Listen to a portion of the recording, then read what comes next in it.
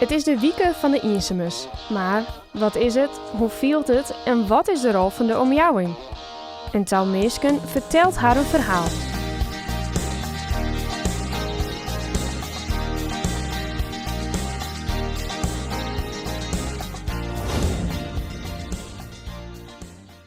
De buurtkamer is een plek voor mensen om elkaar te ontmoeten.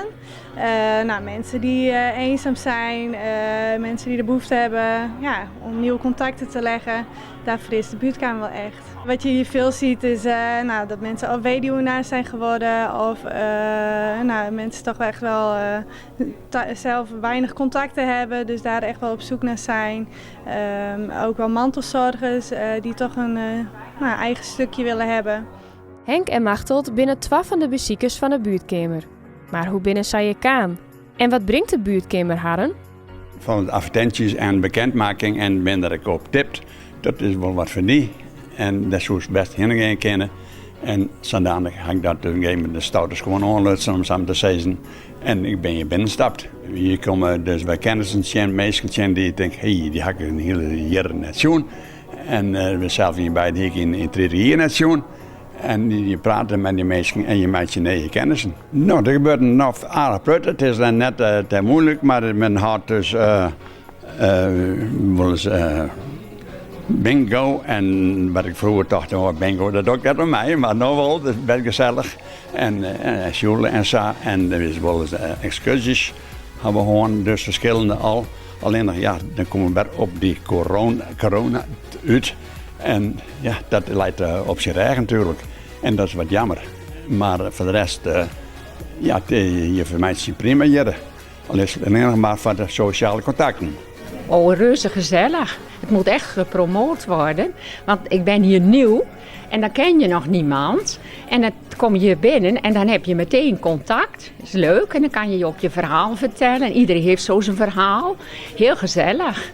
En daar heb je ook wat belangstelling en wat aandacht voor elkaar. Dat vind ik fantastisch. Dus ik ben er echt een voorstander van.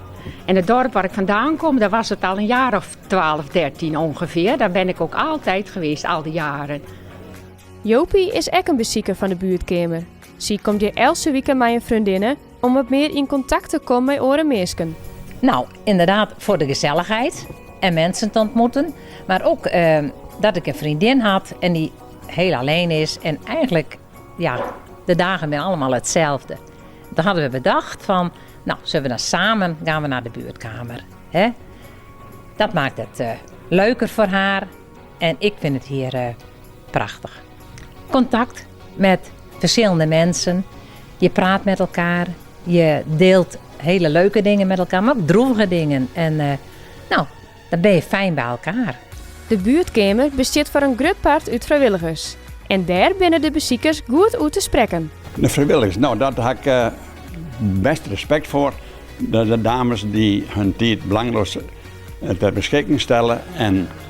En kleerstaan bij een bakje koffie of weet ik het wat. En dat vind ik geweldig dat ze dat doen. Want ooit kon ik naar draaien kennen. Dat wou ik wel even kwijt, want de vrijwilligers zijn geweldig. Zo aardig, vangen je op, praat even met je. En dan ook nog de koffie met de lekkere tractaties. Nou, zou je daar alleen voor komen, dan is het al heel erg leuk.